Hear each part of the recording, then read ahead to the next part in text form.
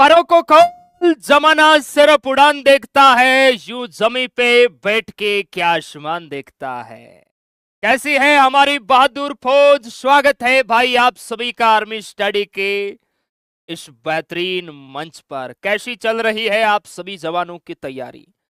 आ जाओ मेरे प्यारे भाई, हमारे पेपर का समय हो चुका है और एक बढ़िया लाइन है आप सभी के लिए कि राह में खतरे भी है लेकिन ठहरता कौन है। राह में खतरे भी हैं लेकिन ठहरता कौन है। मौत कल आती है, आज आ जाए डरता कौन है। मौत कल आती है, आज आ जाए डरता कौन है। तेरे लश्कर के मुकाबिल में अकेला हूं, मगर फैसला मैदान में होगा कि मरता कौन है। और मेरे जवानों ध्यान रखना, हर मैदान में बेखौफ होके लड़ो आप, क्योंकि वक्त से पहले मौत नहीं आती। इसलिए मेहनत करो दबा के। इस बार मेरे प्यारे भाई हमें अपने सपनों को साकार करना है मेरे बहादुर जवानों। आ जाओ भाई, स्टार्ट करते हैं। बहुत ही शानदार, बेहतरीन, जबरदस्त आपका पेपर होगा। आराम आराम से लगाओ, बढ़िया तरीके से मेहनत करो भाई। ये समय आपका है, आने वाला भविष्य आपका है, आपके हाथों में है। आप चाहो तो इसे बदल सकते हो मेरे प्यारे भाई। पहला क्वेश्चन, आरपीएफ की प्रथम महिला महानिदेशक है, ये कौन बनी है भाई। ये प्रश्न बहुत इंपॉर्टेंट है। आरपीएफ की प्रथम महिला महानिदेशक है, ये मेरे प्यारे जवान कौन बनी है। आंसर आने दो, कमेंट सेक्शन में आग लगा दो मेरे प्यारे भाई। क्या होगा इसका राइट आंसर, फटाफट हमारे सभी बहादुर जवान बताएंगे। और सेशन को लाइक और शेयर करो दबा के मेरे प्यारे भाई। एग्जाम नजदीक आ रहा है, आप सभी का जोश सातवें आसमान पर होना चाहिए मेरे प्यारे भाई। अभी देखो नेवी का पेपर आ गया है, एक दिन आपका भी पेपर आएगा, इसलिए बाद में कहोगे सर डर लग रहा है। अभी समय है उस डर को जड़ से खत्म करने का भैया। ऑप्शन यहां सी, हमारे जितने भी क्रांतिकारी जवान बता रहे हैं सही बता रहे। आरपीएफ की प्रथम जो महिला महानिदेशक बनी है वो सोनाली मिश्रा जी बनी है। ऑप्शन मेरे प्यारे भाई सी राइट होगा। विजया किशोर राहटकर मेरे प्यारे भाई, ये ध्यान रखना, राष्ट्रीय महिला आयोग की अध्यक्ष है मेरे प्यारे जवान। राष्ट्रीय महिला आयोग की अध्यक्ष है। जो आपको नहीं आता है उसको आप लोग आराम आराम से लिखेंगे। वर्तमान में भारत की राष्ट्रीय महिला आयोग की अध्यक्ष कौन है, विजय किशोर राहटकर। कविंदर गुप्ता जी कौन है मेरे प्यारे भाई। कविंदर गुप्ता जी हिमाचल प्रदेश के नए राज्यपाल बने हैं, एकदम ताजा ताजा मेरे प्यारे भाई। ये बने हैं आपके हिमाचल प्रदेश के नए राज्यपाल। और हिमाचल प्रदेश के मुख्यमंत्री कौन है मेरे प्यारे जवान, कमेंट सेक्शन में बताओ भाई फटाफट। हिमाचल प्रदेश के सीएम कौन है भाई। देखो हिम, हिम यानी बर्फ है, और बर्फ को भाई इतनी गर्मी में अगर बर्फ मिल जाए तो आप कहोगे भाई सर जी हमें तो एकदम सुख की प्राप्ति हो गई, आनंद आ गया, मजा आ गया। तो हिमाचल प्रदेश के सीएम है सुखविंदर सिंह, याद रखना है सुखविंदर सिंह सुखू मेरे प्यारे भाई। सुखविंदर सिंह को आप सभी जवानों को याद रखना है। और सुशीला कार्की की अगर हम बात करें मेरे प्यारे भाई, आप सभी जवान है वो लिखेंगे। सुशीला कार्की की अगर हम बात करें, ये कौन है।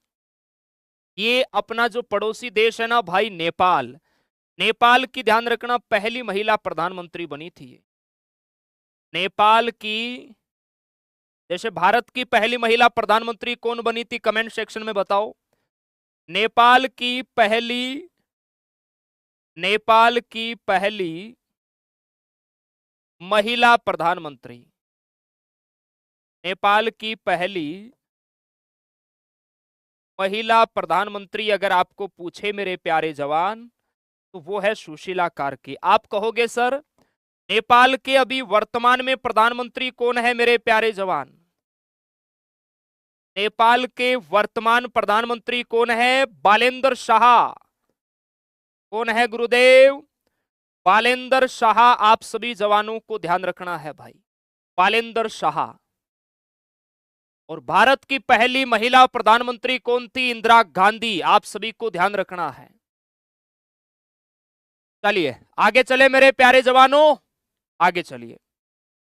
नेक्स्ट है विश्व का सबसे बड़ा गर्म मरुस्थल बताओ मेरे प्यारे जवानों। विश्व का सबसे बड़ा गर्म मरुस्थल आपको बताना है।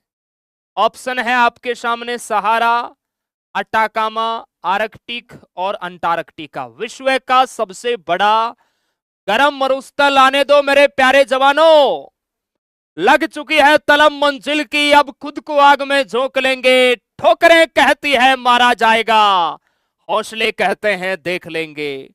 हौसला बना लिया है बुलंद का, हौसला बना लिया है इस बार फौजी बनने का। तो ये हौसला टूटना नहीं चाहिए मेरे लल्ला। तो यहां राइट आंसर होगा विश्व का सबसे बड़ा गर्म मरुस्थल कौन सा होगा भाई? सहारा, है ना भाई। गर्म जगह जाओगे तो किसी का सहारा तो चाहिए ना। बिल्कुल चाहिए। और आजकल तो गर्मी इतनी है, हमें लगता है भैया ये गर्मी भी पढ़ी लिखी है, तभी आपने देखा कितनी डिग्री लेके घूमती है अपने साथ। आपके राज्य में कितने डिग्री रहता है टेम्परेचर बताओ मेरे जवानों। अगर मैं प्रश्न आपसे ऐसे पूछूं, इस प्रश्न को अगर मैं चेंज करूं मेरे प्यारे भाई, विश्व का सबसे बड़ा, विश्व का सबसे बड़ा ठंडा मरुस्थल कौन सा है? ठंडा मरुस्थल कौन सा है? तो मेरे जवान आपका आंसर क्या होगा? बहुत सारे भाई तो जल्दीबाजी में सहारा लगा के आएंगे। नहीं, अरे भाई गर्मी के अंदर सहारे की जरूरत होती है, ठंड में सहारे की जरूरत ना होती भैया। बताओ मेरे प्यारे जवानों क्या होगा इसका आंसर? बताओ भाई। और जो आपको नहीं आए उसको लिख लेना भाई ईमानदारी से। हाँ, तब हो जाएगा अंटार्कटिका। तुम तो खिलाड़ी हो यार। अगर ठंडा पूछे आपको तो आपका आंसर होगा अंटार्कटिका। अंटार्कटिका याद रखना है। क्लियर है? लगा दोगे ना आग? बिल्कुल लगा देंगे सर। चलिए आगे चलिए फिर। नेक्स्ट है जी गोवा के नए राज्यपाल बताओ भाई। गोवा पर पहले पुर्तगालियों का शासन था, 450 वर्षों तक शासन करके रखा ससुरों ने।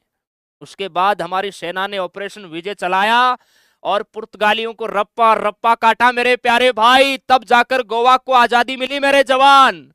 19 दिसंबर 1961 को गोवा भारत का राज्य कौन से संविधान संशोधन द्वारा बना? कमेंट सेक्शन में बताओ।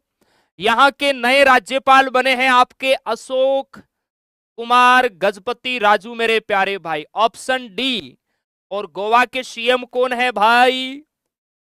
गोवा के सीएम है प्रमोद सावंत।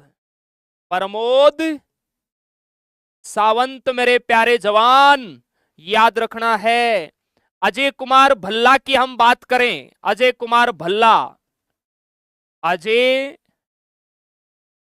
अजय कुमार भल्ला की बात करें, ये इंपॉर्टेंट है। अजय कुमार भल्ला, ये मेरे प्यारे भाई ध्यान रखना। अजय कुमार भल्ला मणिपुर के नए राज्यपाल है। ये मणिपुर के राज्यपाल है मेरे प्यारे जवान, अजय कुमार भल्ला। आप कहोगे सर मणिपुर के अभी ताजा ताजा सीएम कौन बने हैं? भाई मणिपुर भारत का पहला राज्य है जहां 11 बार राष्ट्रपति शासन लग चुका है। यहाँ के मुख्यमंत्री भी बहुत इंपॉर्टेंट है भाई, नाम है यूमनाम खेमचंद। यूमनाम खेमचंद, आपको ध्यान रखना है। आचार्य देवव्रत ये कहां के बने हैं मेरे जवान? ये गुजरात के राज्यपाल है मेरे प्यारे भाई। ये है गुजरात के राज्यपाल, गुजरात के राज्यपाल है आचार्य देवव्रत, याद रखना है। और गुजरात के सीएम कौन है भाई? भूपेंद्र भाई पटेल। भूपेंद्र भाई पटेल याद रखना है। असीम कुमार घोष की हम बात करें मेरे प्यारे जवान, असीम कुमार घोष, असीम कुमार घोष ये कहां के बने हैं मेरे प्यारे भाई? ये हरियाणा के बने हैं, ध्यान रखना। हरियाणा के नए राज्यपाल कौन है मेरे जवान? हरियाणा के नए राज्यपाल है असीम कुमार घोष, याद रखना। और हरियाणा के सीएम कौन है? हरि का, हरि का, हरि का नायब मेरे प्यारे भाई, हरि का अवतार बड़ा नायब है। हरियाणा के सीएम हो जाएंगे नायब सिंह सैनी, नायब सिंह सैनी, आप सभी को ध्यान रखना है। चलिए भाई, बहुत बढ़िया, मजा आ रहा है ना? तो सेशन को लाइक ठोको, अपने दो नालायक दोस्तों को शेयर करो कि पढ़ाई करो। कहां लगे हो तुम, किसके चक्कर में हो भाई? आ जाओ भाई, आगे चलते हैं। नेक्स्ट है नर्मदा नदी अपने मुहाने में, आपको बताना है यहां कौन सी आकृति बनाती है। बड़ा ताजा बढ़िया प्रश्न है भाई, कंफ्यूज वाला प्रश्न है, बताओ मुझे। नर्मदा, नर्मदा मेरे प्यारे भाई ये अरब सागर में गिरती है, ध्यान रखना।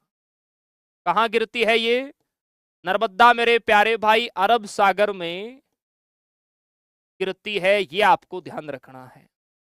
ओके, नर्मदा का जो उद्गम है ये होता है अमरकटंग पठार, मध्य प्रदेश से ये निकलती है। अमरकटंग पठार मध्य प्रदेश से ये निकलती है। और नदी का जो मुहाना है मेरे प्यारे भाई वो है आपका, देखिए, जवार नदमुख, जवार नदमुख। लेकिन यहां ऑप्शन में तो वो है ही नहीं, एग्जामिनर ने कंफ्यूज कर दिया, इसका इंग्लिश वर्जन दे दिया आपको, हो गए ना कंफ्यूज। ऑप्शन ए आप लोगों का यहां राइट होगा मेरे प्यारे भाई, ऑप्शन ए आपका बिल्कुल ठीक जवाब होने वाला। देखो बच्चे डी बता रहे हैं, डी नहीं भैया, ऑप्शन ए होगा, गई भैंस पानी में स्वाहा। अमजद अली खान कौन सा वाद्य यंत्र बजाते हैं मेरे जवानों? तभी तो मैं कहता हूं ज्योग्राफी की क्लास लिया करो, आप लोग नहीं लेते हो, नहीं लोगे तो रिजल्ट ऐसा ही मिलेगा भाई। अमजद अली खान कौन सा वाद्य यंत्र बजाते हैं मेरे क्रांतिकारी जवानों, बताओ। सर यूपी होमगार्ड में 70 क्वेश्चन ठीक है, अरे वाह भैया क्या बात है। चलो देखो, अमजद अली खान है ना, ये सरोद, सरोद के सम्राट है आपके, अमजद अली खान सरोद के सम्राट है भाई।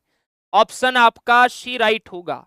तबला में देखो भाई, उस्ताद जाकिर हुसैन, उस्ताद, उस्ताद जाकिर हुसैन, ये भाई साहब आपके तबला वादक है।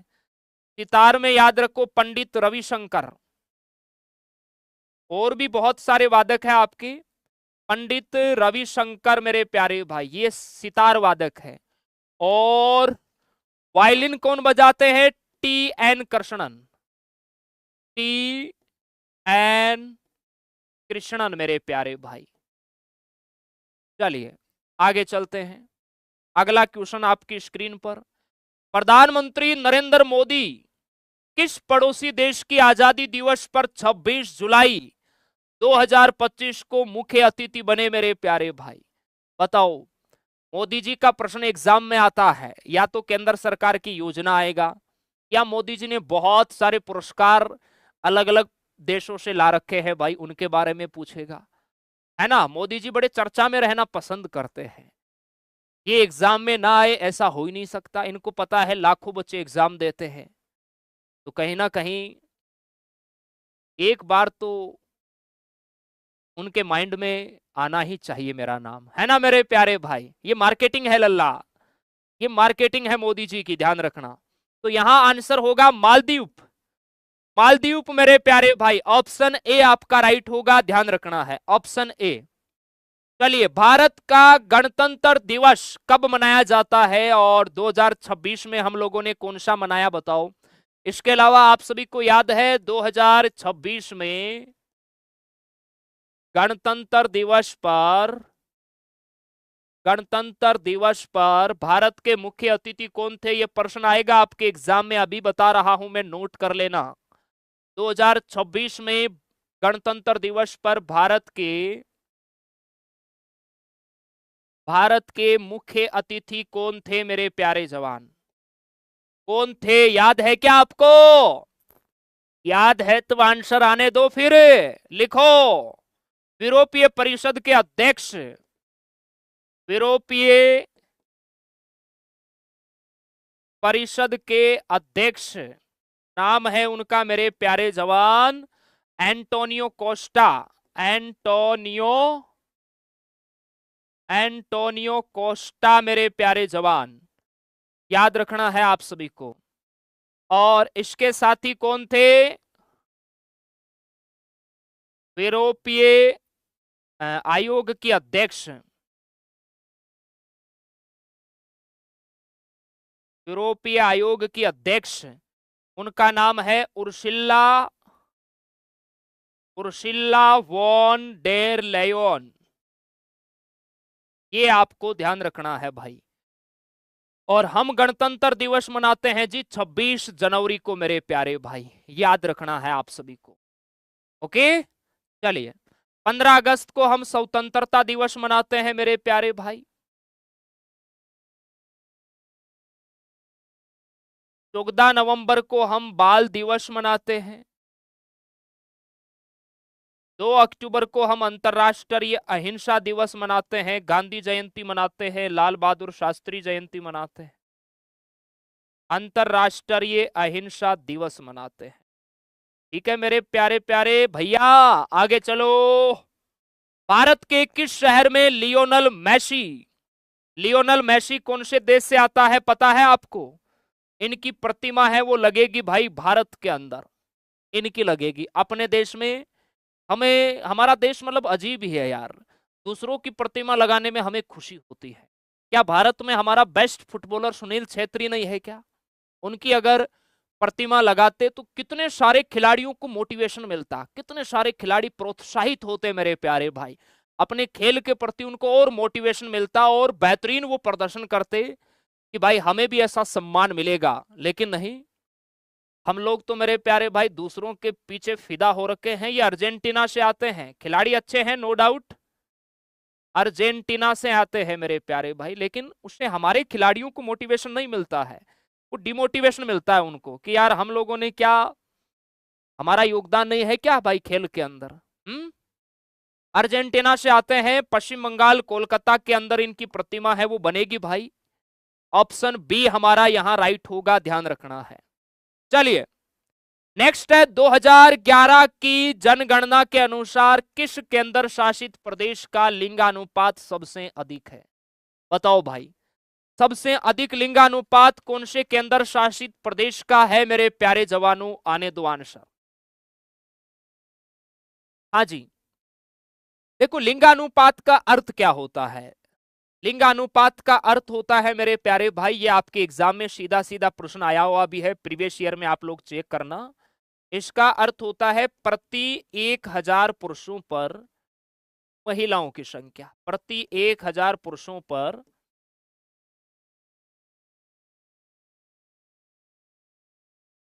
महिलाओं की संख्या, प्रति 1000 पुरुषों पर महिलाओं की संख्या। और सबसे ज्यादा अगर हम केंद्र शासित प्रदेश की बात करें तो वो है पुदुचेरी राज्य में मेरे प्यारे भाई, केरल में लिंगानुपात सबसे ज्यादा है, केंद्र शासित प्रदेश में है पुदुचेरी में। और अगर केंद्र शासित प्रदेश में न्यूनतम लिंगानुपात आपको पूछे तो वो है भाई साहब दमनदीप, मात्र 618, 1000 पुरुषों पर इतनी महिलाएं हैं।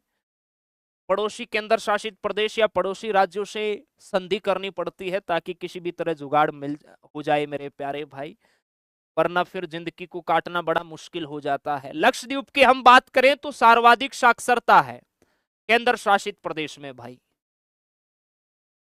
सर्वाधिक साक्षरता ध्यान रखना है केंद्र शासित प्रदेश में। दिल्ली मेरे प्यारे भाई केंद्र शासित प्रदेश में सर्वाधिक जनसंख्या घनत्व है, यहां का सर्वाधिक जनसंख्या घनत्व आपको ध्यान रखना है। ठीक है, चलिए नेक्स्ट है, निम्न में से कौन सा एक संवैधानिक निकाय है? इनमें से कौन सा एक संवैधानिक निकाय है मेरे प्यारे जवानों? आने दो आंसर, क्या होगा? सर 5 नंबर क्वेश्चन गलत है। अच्छा भैया चेक कर लेते हैं यार, काई को टेंशन लेते हो? 5 नंबर किधर गया बाबू भैया? अमजद अली खान, सरोद से ही तो है मेरे प्यारे भाई, अमजद अली खान। एक बार चेक कर लूं मैं भाई, आपको अगर ऐसा लग रहा है तो। अमजद अली खान का संबंध किस वाद्य यंत्र से है? ये देखो, अमजद अली खान सरोद वादक है 5 के, आप खुद चेक कर लो भाई, यही है। 2001 में पद्म विभूषण भी इनको मिला हुआ है। ऐसे मजे ना लो यार, आगे चलो मेरे प्यारे भाई। हाँ आपको डाउट होता है आप पूछिए, लेकिन पहले आप खुद थोड़ा वेरीफाई करो कि मैं सही हूं या नहीं। चलिए, कौन सा एक संवैधानिक निकाय है मेरे प्यारे भाई? कौन सा है मेरे क्रांतिकारी जवानों? सर बुक है वो फ्लिपकार्ट पे नहीं मिल रहा, अब स्टॉक खत्म हो गया होगा यार, बहुत ज्यादा मेरे प्यारे भाई बुक्स की सेल हुई है, बहुत ज्यादा।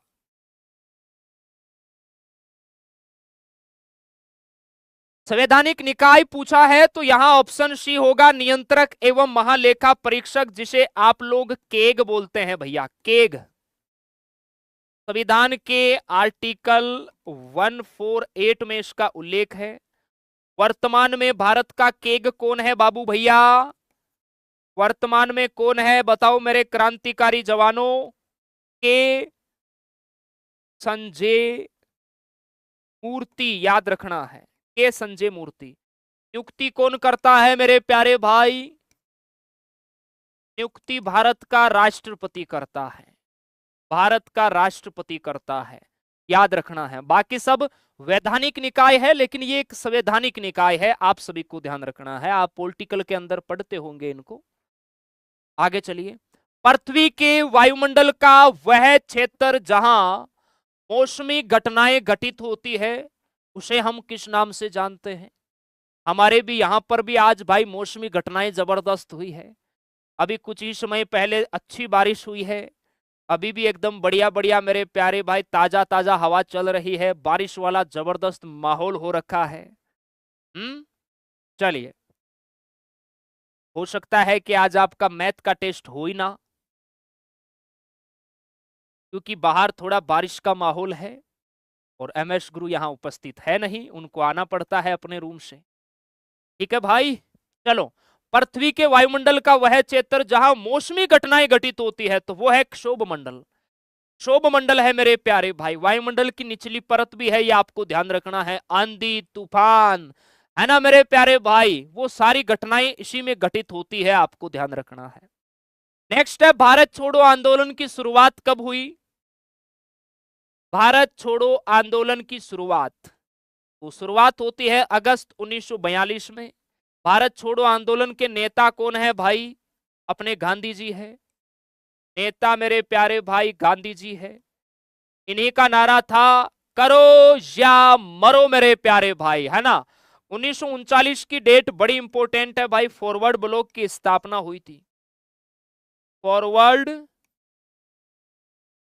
फॉरवर्ड ब्लॉक की मेरे प्यारे भाई स्थापना है, ये सुभाष चंद्र बोस ने की थी।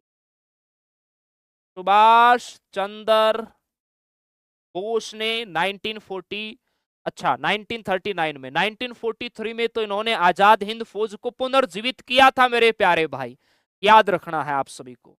हम बाल दिवस कब मनाते हैं मेरे प्यारे जवानों? और आप लोग मुझे बताओ किसकी याद में मनाते हैं, कमेंट करेंगे सभी जवान, किसकी याद में मनाते हैं बाबू भैया?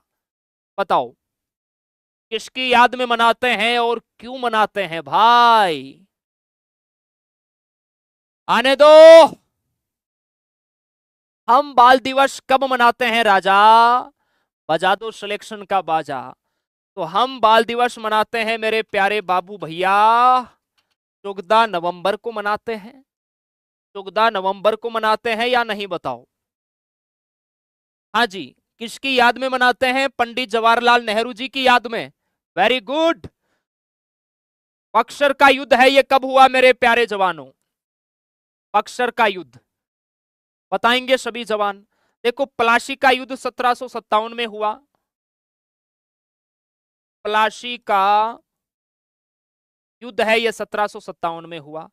1761 में पानीपत का तीसरा युद्ध हुआ। पानीपत का तीसरा युद्ध है, ये 1761 में हुआ। बक्सर का युद्ध 1764 में हुआ मेरे प्यारे भाई। 1556 में हुआ पानीपत का द्वितीय युद्ध। पानीपत का द्वितीय युद्ध याद रखना है, युद्ध का प्रश्न भी आता है आपके एग्जाम में। नेक्स्ट है, सेकल किस देश की मुद्रा है? आप लोग बताओ। तब तक मैंने कल आपको एक HW प्रश्न दिया था, उसका आंसर है वो मैं आपको बता देता हूं भैया।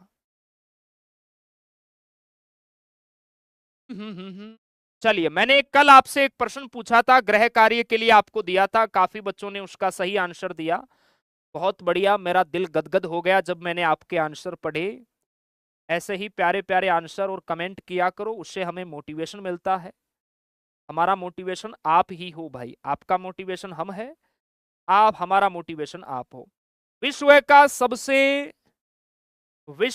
सबसे प्राचीन मरुस्थल कौन सा है?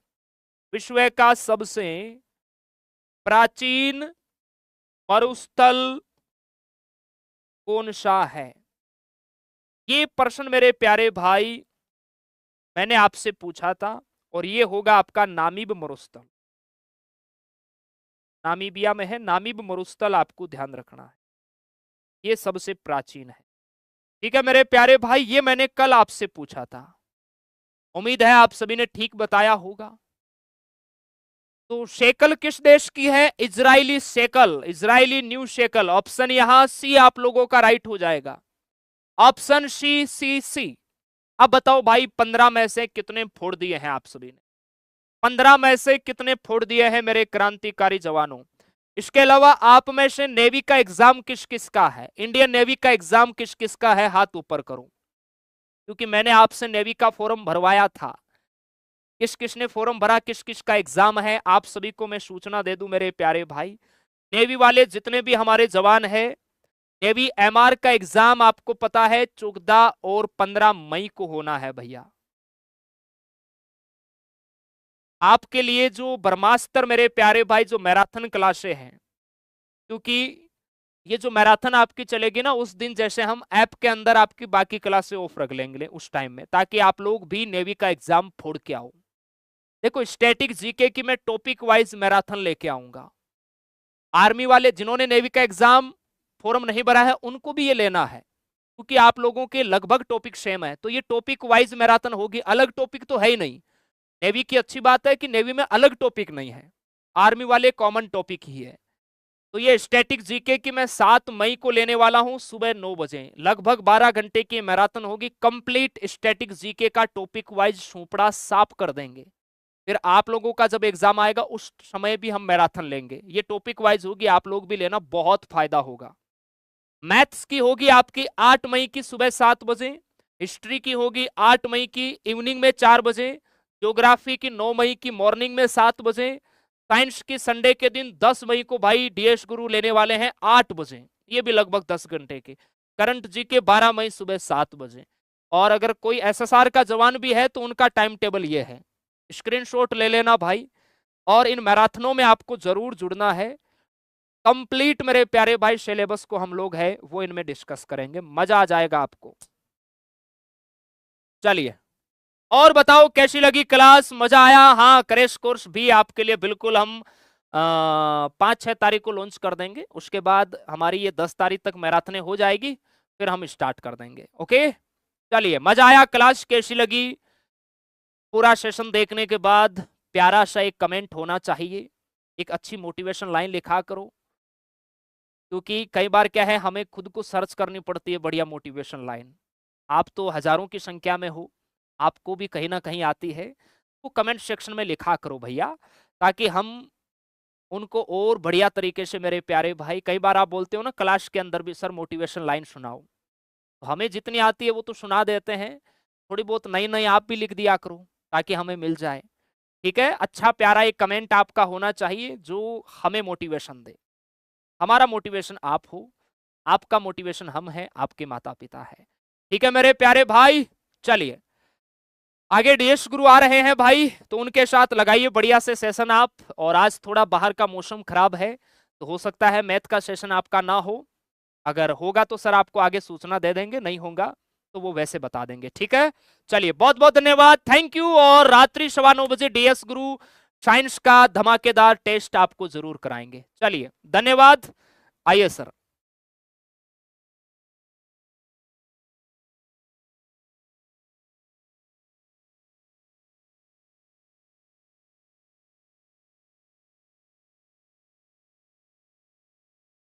जय हिंद, नमस्कार सभी दोस्तों का एक बार फिर से स्वागत। आर्मी स्टडी के इस दमदार यूट्यूब प्लेटफॉर्म पर आप सभी का स्वागत।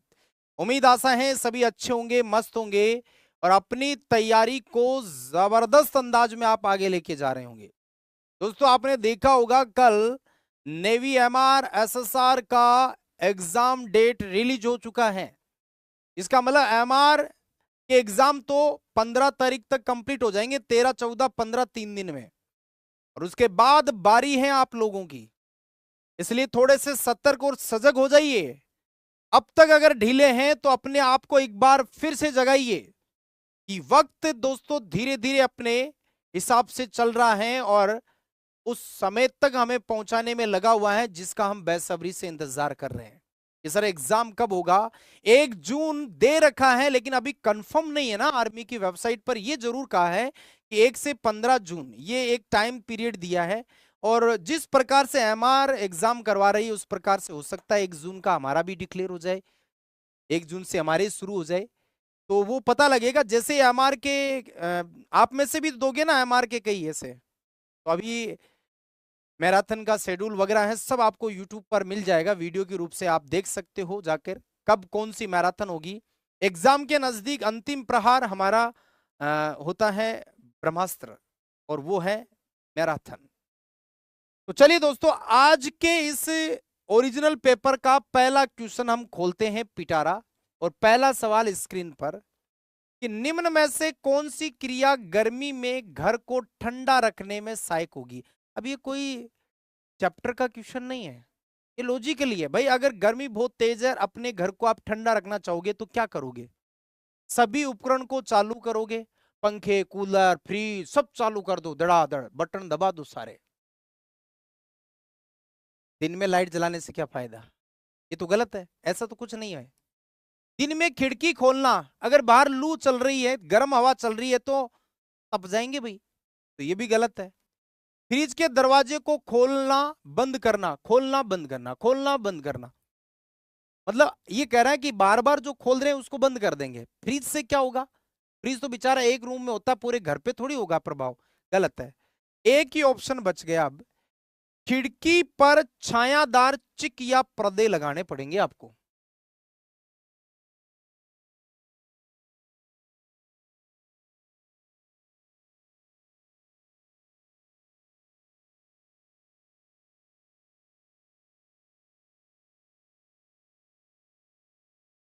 ओके दोस्तों, तो ये थोड़ा सा ध्यान रखना, खिड़की पर छायादार चिक या पर्दे लगाना ताकि थोड़ा सा गर्म लपटों से हम बच सके। सर 9:15 वाली क्लास होगी, होगी भी दोस्त। और आज साइंस की बारी है ना, भूलेंगे कैसे? आज 50 सवाल लिए हैं, आपको कॉन्फिडेंस आ जाएगा क्योंकि आज आज मैंने ऐसे सवाल लिए हैं जो आपके ज्यादातर सही हो जाएंगे, है ना। थोड़ा डिफिकल्ट नहीं लिया आज, आसान लिए हैं सवाल। तो इस पेपर के जस्ट बाद हम मिलेंगे 9:15 और लगाएंगे पेपर को। अब चलिए, प्रतिरोध का एसआई मात्रक बताओ, इनमें से कोई नहीं, कूलाम्ब, ओम या एम्पियर। बताओ भाई प्रतिरोध का एसआई मात्रक क्या होगा? एसआई का मतलब होता है दोस्तों सिस्टम ऑफ या स्टैंडर्ड यूनिट ऑफ इंटरनेशनल, अंतरराष्ट्रीय मात्रक मानक पद्धति में। प्रतिरोध का तो हम आराम से बता देंगे। देखो कूलाम किसका होता है? कूलाम, कूलाम आवेश का होता है। ये तीनों ही पढ़े हुए हमारे। ओम आपके रेजिस्टेंस प्रतिरोध का होता है, ये तो किसी का गलत नहीं होगा। एम्पियर होगा धारा का। तो यहां पर सही जवाब क्या होगा? प्रतिरोध का मात्रक ओम होगा जी। तो सही जवाब बी वाला सही होगा। कई बार ये भी होता है, लफड़ा कर देता है, प्रतिरोध होता है। देखो ओम का नियम जानते हो, V बराबर आई आर, और यहां से R बराबर V बट्टा आई। ये प्रतिरोध का सूत्र है। ये तो चलो शुक्र है कि ओम दे दिया, अगर ओम नहीं देता तो देखो सूत्र ये भी दे सकता है। V का होता वोल्ट, I का होता एम्पियर। तो वोल्ट पर एम्पियर भी दे सकता था, प्रतिरोध का ये भी मात्रक हो सकता है, और इसको हम दोस्तों क्या बोलते हैं? ओम बोलते हैं। इसको हम क्या बोलते हैं जी? ओम बोल देते हैं। आ जाओ अगले सवाल पे। प्रोटॉन पर आवेश की प्रकृति कैसी होती है? इस शिफ्ट में जो बंदा बैठा था ना, वो तो मुझे लगता है अच्छा करके गया है, और अब तक तो वर्दी भी पहन चुका होगा। अब वो तो देखो नसीब भी होता है कई बार वो कई बार ऐसा बोलते हैं ना, यार इसका नसीब अच्छा था। कई बार नसीबों का भी खेल होता है। लेकिन देखो मेहनत जो करता है ना, नसीब उसके साथ अपने आप लग जाते हैं। किस्मत बोलते हैं ना, किस्मत का साथ। अगर 99% मेहनत होगी तो 1% आपको बिल्कुल किस्मत साथ देगी, लेकिन अगर 1% मेहनत होगी तो 99% किस्मत साथ नहीं देगी। इसलिए मेहनत जरूरी है। किस्मत तब साथ देती है जब आपकी मेहनत बड़े शिद्दत से हो, तब। प्रोटॉन पे आवेश कौन सा होता है? सीधा सा है, प्रोटॉन दोस्तों प्लस होता है, धनावेशित होता है, ऋणावेशित नहीं होता है भाई, धनात्मक होता है। ऋणात्मक इलेक्ट्रॉन होता है दोस्तों, धनात्मक ऋण और कोई आवेश नहीं। नहीं, धनात्मक ऐसा कुछ भी नहीं है, कोई आवेश नहीं है। हाँ, कोई आवेश नहीं तो अपन न्यूट्रॉन कह सकते थे, ये उदासीन होता है, ये कह सकते थे हम। ओके,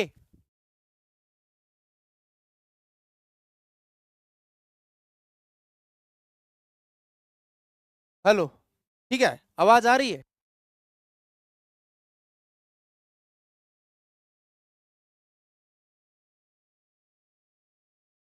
ठीक है दोस्तों, तो प्रोटॉन पर आवेश की प्रकृति है वो क्या होती है? प्लस होती है, ये आपको ध्यान रखना। ओके, आगे आ जाओ अगले सवाल। निम्न में से कौन सा पदार्थ चुंबकीय है? बताओ। सोना, पारा, लोहा, चांदी। एक्चुअल में देखो दोस्तों, हिंदी वाले के अंदर मिस्टेक आ जाता है, कई बार इंग्लिश वाले में मिस्टेक नहीं आता है। एक्चुअल में इसको ये देना था, लोहा चुंबकीय कौन सा है। भाई चुंबकीय पदार्थ हम 3 टाइप के पढ़ते हैं, अनुचुंबकीय, प्रतिचुंबकीय और लोह चुंबकीय।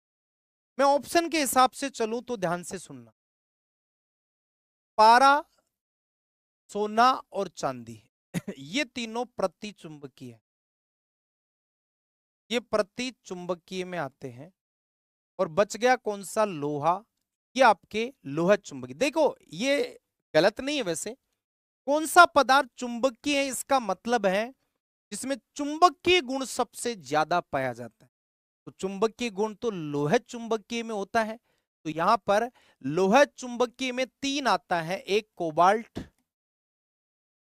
एक तो कोबाल्ट आता है जी, एक आपके निकल आता है जी, और एक आपके आयरन एफ, लोहा जिसको कहते हैं। ये 3 होते हैं चुंबकीय, लोह चुंबकीय पदार्थ, जिनमें चुंबकीय गुण सबसे ज्यादा कह सकते हैं।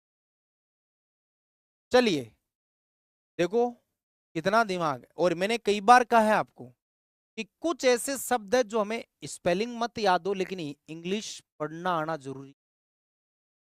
ये क्या नाम लिखा है? अगले ने हिंदी वाले में ही ऐसा डाल दिया, तो सोचो इंग्लिश वाले में भी तो यही है ना। तो कोई सोचता है चोलेरा, ये चोलेरा नहीं है, ये कोलेरा है दोस्तों। अब चोलेरा मत बोल देना, इसको कोलेरा है ये दोस्तों। कोलेरा एक बीमारी है। अब कोलेरा कौन सी बीमारी है? अगर जिसको पता लग गया ना, फाड़ देगा वो तो। ये दोस्तों हैजा है। कोलेरा किसको बोलते हैं? हैजा को बोला जाता है।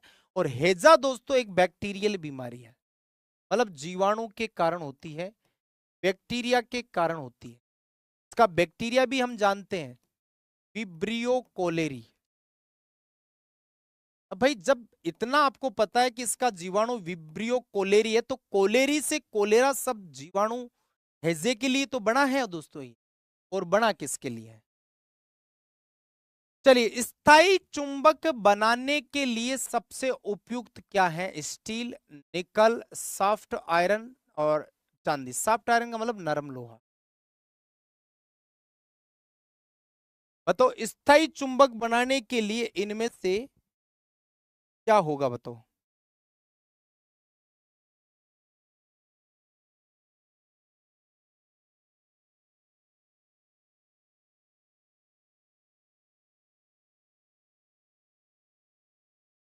बताइए, इस सवाल का सही जवाब क्या होगा?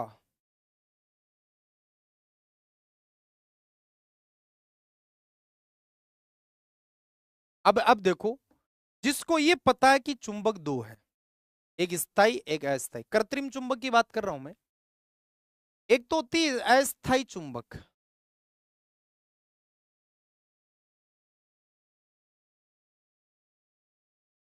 और एक होती है स्थायी चुंबक। दोस्तों, अस्थायी चुंबक जो है ये तो बनती है कोबाल्ट, निकल और आयरन से, और स्थायी चुंबक बनती है एक तो स्टील से, तो हम इस्पात कह सकते हैं, और एक एल्निको से भी बनती है, एल्निको। तो स्थायी चुंबक में हमारे पास सबसे बेस्ट उत्तर यही दिख रहा है मुझे, तो स्टील। विद्युत चुंबक किससे बनता है? तो नरम लोहे से आता है। और ये विद्युत चुंबक वाला भी है ना, कई बार पूछा गया है और आएगा, ये चुंबक का सवाल कंफर्म आएगा, एक तो पक्का आएगा दोस्तों, ये ध्यान रखना है। चलिए, रेडियम की खोज किसने की थी? इसलिए मैंने कहा ना, इस शिफ्ट वाला बंदा वर्दी ले चुका है। ये देखो, आसान सवाल है। रेडियम, आप जानते हो दोस्तों, रेडियम एक जीवन रक्षक धातु है, जीवन रक्षक धातु है, जीवन रक्षक धातु है। और जीवन रक्षक धातु और रेडियो एक्टिव धातु भी है, अल्फा बीटा गामा कण निकालती है। इसका खोजकर्ता तो सबको पता है, मैडम क्यूरी है जी। रेडियम की खोज किसने की थी? मैडम क्यूरी और इनके हस्बैंड पीरे क्यूरी, लेकिन मेन नाम तो मैडम क्यूरी है ना। इन्हीं के तो सम्मान में रेडियो एक्टिवता का मात्रक क्या रखा गया? क्यूरी रखा गया था। आ जाओ जी अगला, वायु में गंधक को जलाने पर क्या उत्पन्न होता है? इनमें से कोई नहीं, सल्फर डाइऑक्साइड, सल्फ्यूरिक अम्ल, कार्बन डाइऑक्साइड। देखो, सवाल के शब्द पर अगर आप नहीं चले तो फिर वो आपकी गलती है दोस्तों। और बकायदा हम पढ़ते हैं तो मैं कहता भी हूं, गंधक किसको बोलते हैं जी? गंधक सल्फर को बोला जाता है। इसको सल्फर, जिसको एस से लिखते हैं। अब सल्फर में आ गया तो ये दो तो ऑप्शन गलत है। सल्फर डाइऑक्साइड का सल्फ्यूरिक अम्ल है। आप खुद सोचो, सल्फर डाइऑक्साइड SO2 है और सल्फ्यूरिक अम्ल H2SO। अब वायु का मतलब, जलाने के लिए वायु में क्या होना चाहिए? ऑक्सीजन। तो सल्फर जब ऑक्सीजन में जलेगा तो सीधा सा है SO2 बनाएगा, सल्फर डाइऑक्साइड ही बनेगा। तो यहां पर बी वाला ऑप्शन एकदम राइट हो जाएगा मेरे दोस्त। चलिए आगे बढ़ते हैं। शुद्ध पानी कौन से ताप पर जमता है? जमता है मतलब फ्रीजिंग पॉइंट। आपको फ्रीजिंग पॉइंट बताना है, इसका हिमांक बिंदु बताना है। अब सर, हमें तो ये पता है कि ये 0 डिग्री सेंटीग्रेड पर जमता है, लेकिन एग्जामिनर को पता है कि ये तो रटा हुआ है इनका, उसने ठोक दिया ऑप्शन फ़ारेनहाइट में। तो दिक्कत कहां है भाई? हमने भी लिया है ना, C/5 बराबर F-32/9। आपको ये तो पता है ना 0 डिग्री सेंटीग्रेड, तो यहां 0 रख दो, बट्टा 5 बराबर F-32/9। तिरछा गुणा करा दो जी, 5F-160 बराबर, इसको इससे करो 0, 5F बराबर 160 और F बराबर 160/5। उत्तर आ जाएगा जी 32 डिग्री फ़ारेनहाइट। स्पीड बढ़ाओ एकदम रॉकेट की तरह। लिफ्ट लिफ्ट कैसे जा रहा है ऐसे मत चलो, धीरे धीरे रॉकेट की तरह चढ़ो, एकदम फास्ट स्पीड बनाओ, तब अपना काम बनेगा जी। चलिए, परमाणु किसी भी पदार्थ का सबसे छोटा अविभाज्य कण होता है। किस भारतीय दार्शनिक ने कहा था ये बात? भाई भारत वाले कह सकते हैं, क्योंकि भारत वालों का एक ही मुद्दा है, कोई भी चीज हो जो कोई नहीं कर सकता वो हिंदुस्तानी कर सकता है। क्योंकि यहां पर इतने इतने महान लोग बैठे हैं, इतने इतने साइंटिस्ट बैठे हैं जिसकी हम कल्पना भी नहीं कर सकते। दोस्तों आप खुद देखो ना, इसका जीता जाता सबूत इसरो। जब स्टार्टिंग में स्पेस की होड़ शुरू हुई थी तब कोई भी देश अपने अपने मिशन भेज रहा था। उस समय भारत के पास संसाधन नहीं थे, लेकिन आज देखो वर्तमान में वो पहला देश है भारत जिसने चंद्रमा के दक्षिणी ध्रुव पर अपना मिशन सक्सेस किया। इसलिए ये मत कहो। परमाणु पदार्थ का सबसे छोटा भाग और अविभाज्य भाग जिसको तोड़ नहीं सकते, ये बात महर्षि कणाद ने कही थी दोस्तों। हालांकि इस बात का इन्होंने डॉक्यूमेंट्री नहीं किया था, और इसको डॉक्यूमेंट्री आगे जाकर जॉन डॉल्टन ने किया था, तो प्रथम परमाणु सिद्धांत उनके नाम चला गया।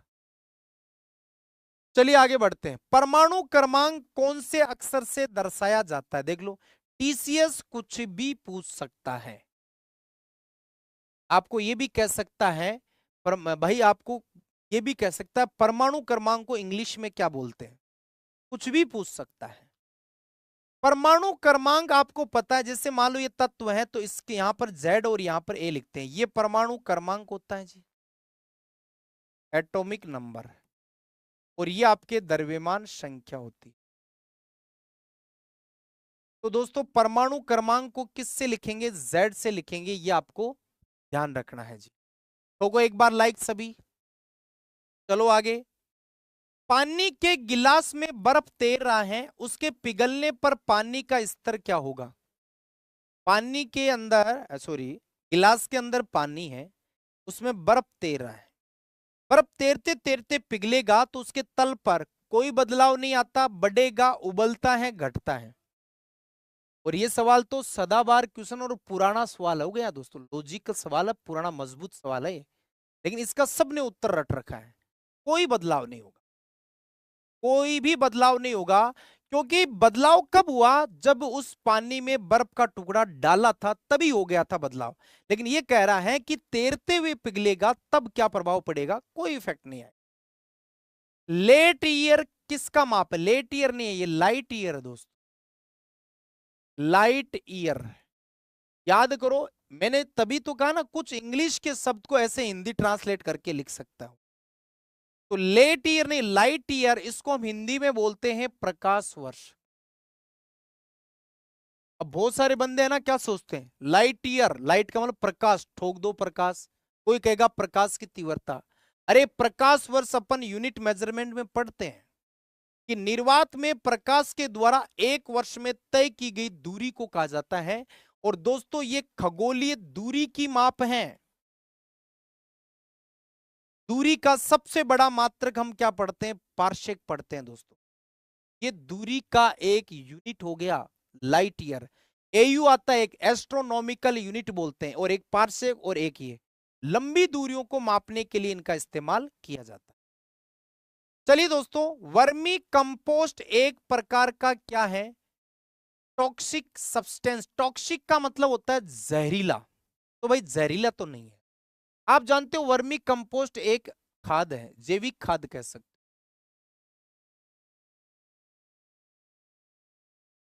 जैविक खाद कह सकते हो। साइंथेटिक फर्टिलाइजर नहीं, सिंथेसिस किया हुआ नहीं है।